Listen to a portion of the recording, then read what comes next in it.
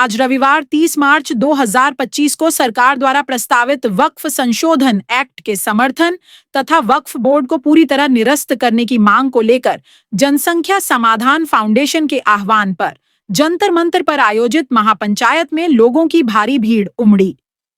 महापंचायत में देश भर से आए विभिन्न संगठनों के कार्यकर्ताओं एवं आम लोगों ने एक राय होकर वक्फ बोर्ड रद्द किए जाने की मांग की।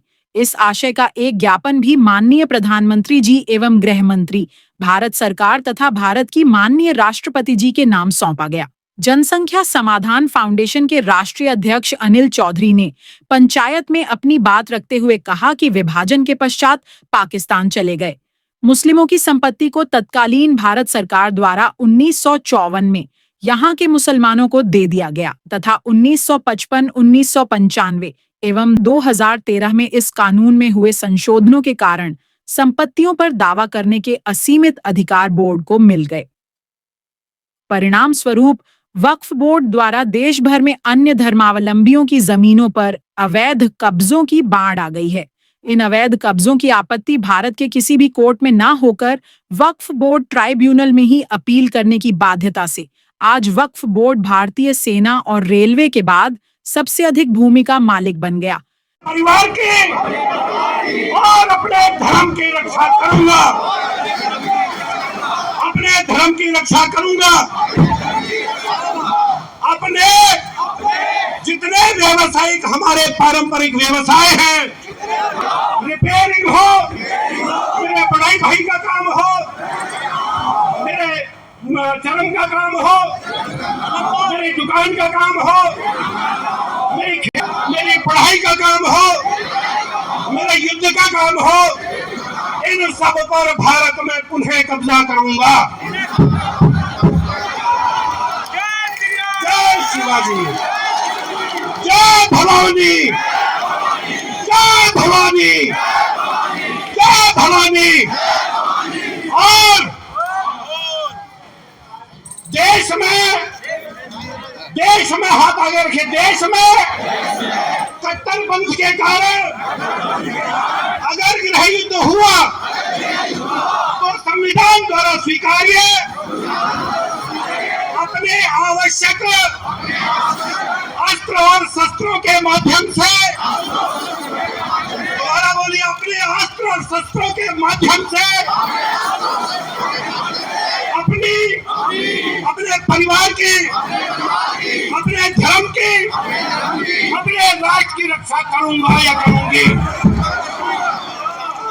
कुछ लोग हमको भीम, हाथ आगे रखिए, कुछ लोग हमको भीम और मीम में बांटना चाहते हैं।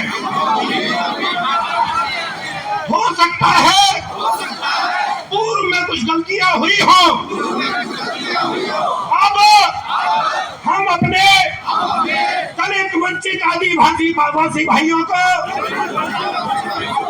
अपने गले लगाकर कट्टरपंथियों के मंसूबों को, वो हमारे भाई थे, वो हमारे भाई हैं और वो स्वर्ग जाने तक हमारे भाई रहेंगे। हम और कहीं नहीं जाते, हम नीचे नहीं लेटते, हम तो स्वर्ग जाते हैं सीधे। और देश में 10-10 बच्चे पैदा करने वाले उनके काउंटर में अपने बच्चों की समय से शादी करवाऊंगा। ये गलत बातें हैं, सही है, समय से शादी करवाऊंगा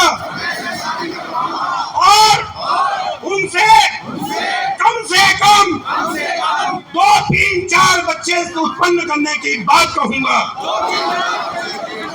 और जो लोग 10-10 बच्चे पैदा करके देश पर कब्जा करना चाहते हैं,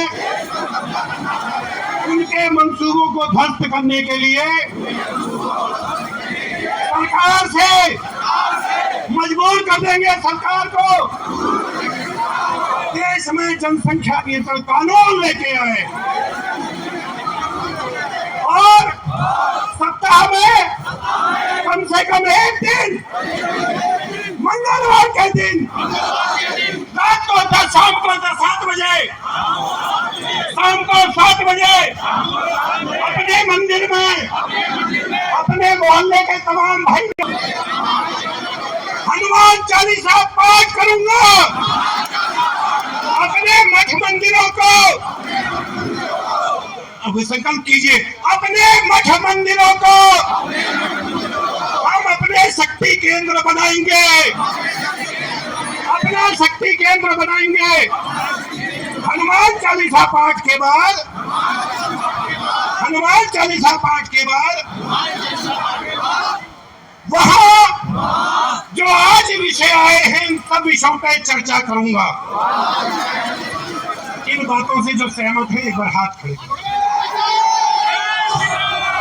वक्फ बोर्ड रद्द कराने के लिए जो एक बार आज से ये तय करेंगे, अपने मोहल्ले, अपने गांव, अपने शहर, अपने कस्बे, अपने जिले, अपने राज्य, सभी में वक्फ बोर्ड रद्द कराने के लिए माहौल बनाना शुरू कीजिए।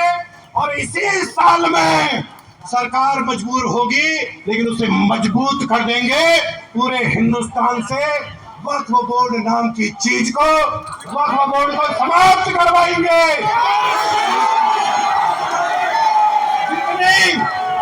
जितने भी वक्फ संपत्तियां हैं, उन सभी संपत्तियों को वापस उसका राष्ट्रीयकरण करके उन पे हॉस्पिटल बनवाएंगे, उन पे स्कूल कॉलेज बनवाएंगे। अगर सरकार इसमें संशोधन करती है, संशोधन हमें मंजूर नहीं है भाई, बिल्कुल भी। अगर सरकार इसको खत्म नहीं कर सकती तो भाई एक टैबलेट जरूर देखते सरकार। सरकार के बस की नहीं है तो भाई मैं कहूँ ना भाई, बोलने दो भाई, सरकार से नहीं देखो भाई, सरकार भाई हमारे तो बड़ा तो बड़ी है, ठीक है भाई। अकेले उनकी भी कोई हिम्मत को ना 100 करोड़ के जी कार्ड का लगभग हाथ देकर वोट ले ले, इतना किसी के बस की होना मेरे भाई। भाई योगी जी, मोदी जी, अमित शाह जी हमारे पास आदरणीय है। 100 करोड़ हिंदुओं के 90 तो है भाई, ठीक है भाई। जाट्टा के भी है, राजपूता के भी है, गुज्जरा के भी है, बामणा के भी, सब के भाई, ठीक भाई। अकेले कोई ना भाई, अकेले किसी की चौधर होती भाई, सबके बढ़ाए तो बढ़ाकर भाई।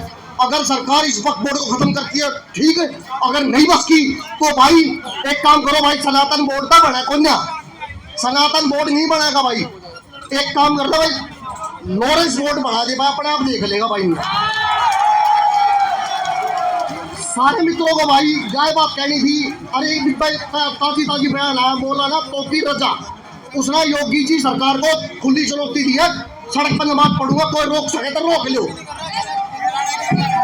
एक बार टैबलेट दे दो, कैप्सूल दे दो, एक लोरेंस नाम का।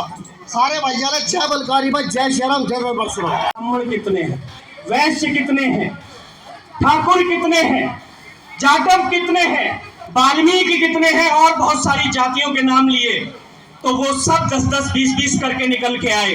लेकिन जैसे ही उन्होंने कहा यहाँ हिंदू कितने हैं, तो जब सारे हाथ उठे तो हमें महसूस हुआ कि हमारी ताकत क्या है। और जब हम इसी तरह एक साथ, एकजुट, एक आवाज में इस वक्फ बोर्ड के खिलाफ आवाज उठाएंगे तो इनकी मजाल नहीं कि लाख किलोमीटर तो छोड़ो, 1 इंच जमीन की तरफ ये आंख उठाकर देख जाए, 1 इंच जमीन की तरफ। ये सिर्फ इतनी सी बात है। देखिए, मैं तो संतों का सम्मान करता हूं। हमारे पूज्य संत शिरोमणि स्वामी दीपांकर जी यहां आए हुए हैं,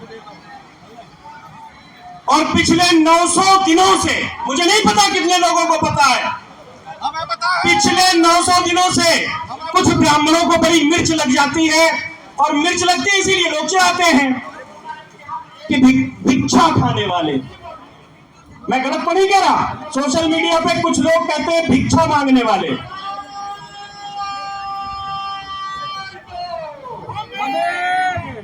भिक्षा मांगने वाले, वो स्वामी जी भिक्षा मांग रहे हैं पिछले 900 दिनों से।